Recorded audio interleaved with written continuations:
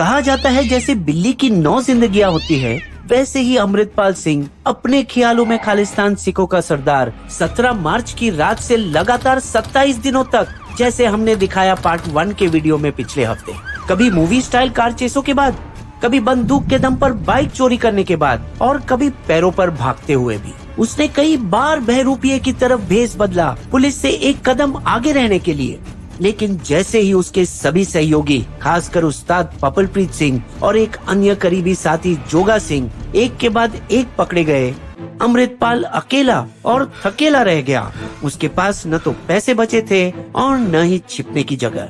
तभी 20 अप्रैल के दिन पुलिस ने उसकी रानी पर वार किया। उसकी ब्रिटिश नागरिक बीवी किरणदीप कौर को अमृतसर हवाई अड्डे पर यूके जाने से रोका। किरणदीप को खालिस्तान के दीवाने अमृतपाल से प्यार हुआ था इंस्टाग्राम पर चैट करते करते। कुछ महीने बाद फरवरी 2023 में उन्होंने पंजाब में शादी भी करी, जहां वो उसके और उसके परिवार के साथ रहने आई। इस बात से डरा कि कहीं उसके पापों की सजा उसकी बीवी को न मिले, ये हो सकता है कि उसने अपने सरेंडर का प्लान खुद बनाया हो। भिंद्रावाले के गांव रोडे में जानबूझकर गिरफ्तार होकर उसी गुरुद्वारे में जो मारे गए उग्रवादी की याद में बनाई गई थी, ताकि सब देख सके कि वो मॉडर्न भिंद्रावाले है। मैं सरेंडर करने का फैसला किया है, लेकिन गिरफ्तारी सिर्फ शुरुआत है। शायद खुद अपने ठिकाने की जानकारी लीक करी पंजाब पुलिस को, जिसने 22 अप्रैल की आधी रात में सीएम भगवत मान को नींद से जगाया। सर, सानू पक्की खबर मिली, अमृतपाल रोडे पिंड में गुरुद्वारे दे अंदरों लुकिया होया। मन 1984 की गलती नहीं दोहराना चाहता था, जब इंदिरा गांधी ने गोल्डन टेम्पल के अंदर सेना भेजी थी। इसीलिए उन्होंने डीजीपी गौरव यादव को फोन मिलाया। तो फाइल लो अनु, लेकिन कान खोल के सुन लो, गलती नाला बिना गुरुद्वारे अंदर जाना न अच्छे गोली चलानी है। नए मुख्यमंत्री मन उस रात बिल्कुल भी नहीं सोए। अपने कमरे में टेंशन के मारे इधर उधर चक्कर मारते रहे और हर 15 मिनट में अफसरों से बात करी। पुलिस वाले बिना वर्दी, साधारण कपड़े में कि घबराहट का माहौल न बने, गांव को चारों तरफ से पूरी तरह घेर लिया, ताकि इस बार भागने का कोई रास्ता न बचे। लेकिन अमृतपाल बिना लड़े हार मान ली और 23 अप्रैल की सुबह गिरफ्तार किया गया, ऑर्डर के मुताबिक गुरुद्वारे के बाहर। उसे भी पंजाब के बाहर असम के डिब्रूगढ़ जेल में भेजा गया, जहां उसके साथी बंद थे और उस पर राष्ट्रीय सुरक्षा एक्ट के तहत चार्ज लगाकर एकांत कारावास में रखा गया। लेकिन बड़ी बात करने वाला बागी अब छोड़े जाने की गुहार मांगने लगा। जे तुसी मैनू जान दो तो मैं फिर वो क्राइम दी लाइन क्रॉस नहीं करूंगा। वादा अमृतपाल दा, साडी लड़ाई सिर्फ ड्रग्स ते ईसाई मिशनरियों दे धर्म परिवर्तन दे खिलाफ हैगी। तो क्या अमृतपाल सिर्फ पब्लिसिटी के लिए इतना सब किया, या वो सही में खालिस्तान की असंभव मांग में विश्वास रखता है? था तो एक नॉर्मल बच्चा ही बड़ा होते वक्त, बस अपनी बाइक पर गांव के आसपास गेड़ी मारता, पंजाबी गाने सुनते हुए। फिर 2012 में स्कूल खत्म करने के बाद दुबई गया, अपने परिवार के अच्छे खासे ट्रक बिजनेस में काम करने के लिए। बाल छोटे, क्लीन शेव, टी शर्ट और जीन्स पहने हुए रहता था। बाहर से कोई कट्टरपंथी दिखती नहीं थी। बहुत सारे मस्त मौला जवान लड़कों की तरह वो भी जिमिंग का बहुत ज्यादा शौकीन था और कई सालों तक ऐसा ही रहा। लेकिन लंबे समय तक चलने वाला 2021 का किसान प्रोटेस्ट, जिसमें वो भी जोरों शोरों से शामिल हुआ, उसे बदल डाला। नाले कानून साडी कौम के खिलाफ नाइंसाफी है। दुबई वापस जाकर अमृतपाल ने क्लब हाउस नामक एक ऐप द्वारा खालिस्तान पर कई लोगों से चर्चा करने लगा, खासतौर अवतार सिंह खांडा के साथ। ब्रिटेन में रहने वाले एक पुराने खालिस्तानी खिलाड़ी जो सिख युवाओं को आईडी बम बनाने की ट्रेनिंग देने के लिए जाने जाते हैं। यह अवतार सिंह वही है जो अमृतपाल की गिरफ्तारी के खिलाफ प्रोटेस्ट करते हुए इंडिया के यूके एम्बेसी में भारतीय झंडे को नीचे खींचने के लिए भी जिम्मेदार था, जिसके लिए उसे बाद में गिरफ्तार भी किया गया और इस वीडियो के अपलोड होने के कुछ दिन पहले मर गया। खालिस्तान कल्पनाओं में अब भी जिंदा है, लेकिन सिर्फ विदेश में 5 देश में 8 गैंगों की वजह से, जो पंजाब में आतंक और हिंसा फैलाने की आज भी कोशिश करते रहते हैं। और हालांकि विदेशों में बसे सिखों का केवल एक छोटा सा हिस्सा खालिस्तान की मांग करता है, ये एक शोर मचाने वाली ताकतवर माइनॉरिटी है।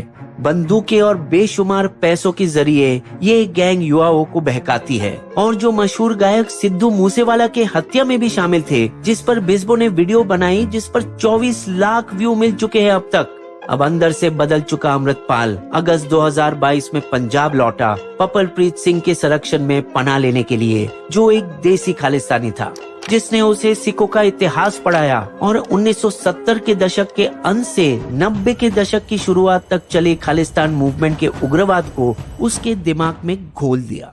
जब एक कार एक्सीडेंट में मौत हुई 37 वर्षीय एक्टर एक्टिविस्ट वारिस पंजाब दे कुलदीप सिद्धू की, जिसकी संस्था किसान प्रोटेस्ट के दौरान बनी और मशहूर हुई, अमृतपाल ने इसे हाईजैक करके उसका हेड बन गया।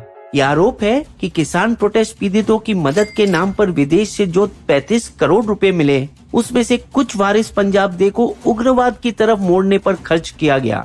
इस पैसे में से कुछ हिस्सा अमृतपाल ने जॉर्जिया में हथियारों की ट्रेनिंग के लिए इस्तेमाल किया, कुछ कॉस्मेटिक सर्जरी कराने के लिए, ताकि वो 70 और 80 के दशक के बदनाम खालिस्तानी उग्रवादी जरनैल सिंह भिंद्रावाले की तरह दिख पाए।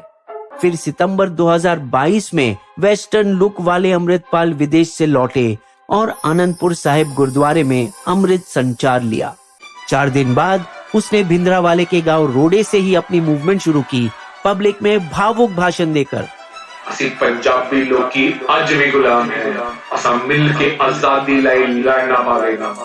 और ये कोई संयोग नहीं था कि वो इसी गांव में गिरफ्तार हुए। यहाँ तक कि 23 फरवरी की अजनाला घटना, जब वो श्री गुरु ग्रंथ साहिब जी को अपने सिर पर लिए अमृतसर पुलिस स्टेशन में घुसे अपने साथी लवप्रीत सिंह तूफान की रिहाई की मांग करने के लिए, जो अपहरण और मारपीट के आरोप में जेल में था, एक सोची समझी साजिश थी जो 1978 की एक घटना की नकल थी, जहां भिंद्रावाला के 13 चेले निरंकारी पंथ के साथ मुठभेड़ में मारे गए थे।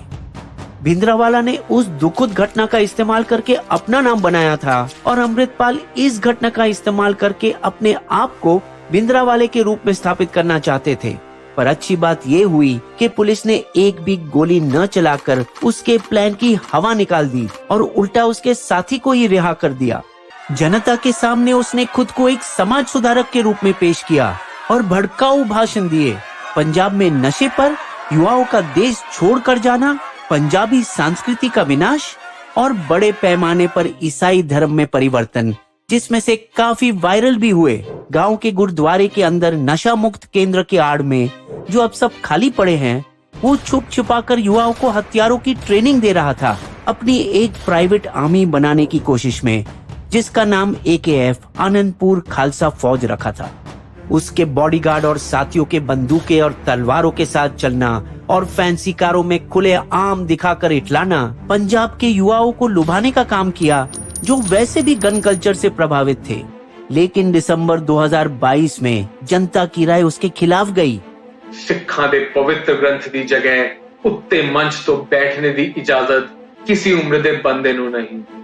जब उसने और उसके साथियों ने बुजुर्गों के लिए बनी गुरुद्वारों की बेंचों को जलाया, उसकी तमाम ऐसी गैर कानूनी हरकतों के बावजूद राज्य और केंद्र सरकार दोनों 7 महीनों तक उसे अनदेखा किया, जिस समय में अमृतपाल अपना दबदबा कायम किया। देरी शायद इसलिए कि भगवत मन कट्टरपंथी वोट बैंक खोना नहीं चाहते थे और अमित शाह को लगा कि तनाव वाला माहौल उन्हें हिंदू वोट बैंक को पाने में मदद कर सकता है। पंजाब में कई राजनीतिक कारण भी है, जैसे कि सिख सभी पार्टियों से तंग आ चुके हैं। कांग्रेस और अकाली दल के खराब प्रशासन की वजह से वो बुरी तरह चुनाव हारे। भाजपा का हिंदी हिंदुस्तान बया पंजाब पर ठूसना और भगवत मन की दिल्ली के केजरीवाल द्वारा रिमोट कंट्रोल होने वाला सीएम की छवि। फिर उग्रवाद के दिनों से सिख कैदियों को रिहा करने का पंजाब के दिल को तड़प देने वाला मुद्दा, जो अब 3 दशक से ज्यादा समय के बाद भी देश की अलग अलग जेलों में बंद है। जब तक मामला हाथ से निकला, भारत के हाथ बंधे थे, क्योंकि 15 से 17 मार्च को अमृतसर में G20 की बैठक हो रही थी और अमित शाह नहीं चाहते थे कि दुनिया भर से आए मेहमानों के सामने भारत की छवि खराब हो। सीएम भगवत मान 2 मार्च की बैठक में गृह मंत्री से गुहार भी लगाई थी। अमित जी, अमृतपाल ने नाक में दम कर रखा है, मुझे जल्द कार्रवाई करनी होगी। हाँ बिल्कुल, लेकिन G20 खत्म होने दो। पंजाब हरगिज एक और खरबली नहीं सह सकता। उनकी वित्तीय स्थिति गंभीर है। 3 लाख करोड़ का कर्ज सर तक चढ़ा हुआ है। 1993 में आम पंजाबी की औसत आमदनी 3रे स्थान पर थी, सिर्फ छोटे गोवा और दिल्ली के पीछे। अब 16 अंक तक आ गिरी है। ये इसलिए हो सकता है क्योंकि 1990 के बाद का लिबरलाइजेशन यहाँ हुआ ही नहीं। पंजाब में अच्छी तनख्वाह वाले प्राइवेट सेक्टर कभी थी नहीं। नेता व्यवसाय चलाने लगे, प्रतियोगियों को बर्बाद किया और निवेशकों को भगा दिया। कोई रहनुमाई न होने के कारण जो पंजाब के समस्याओं को सुलझा सके, अमृतपाल इसका फायदा उठाया और जवानों की ढूंढती रूहों पर कब्जा किया। बिस्बो की शायरी, भागा था खलनायक खालिस्तानी सोच से, पकड़ा गया वो आखिर पुलिस की मोच में। हारे थे वो लड़ाई 1980 के दशक में, मुर्दा नहीं होते जिंदा आधुनिक भारत में। हमारे वीडियो कंटेंट के सोर्सेस आपको डिस्क्रिप्शन में मिल जाएंगे।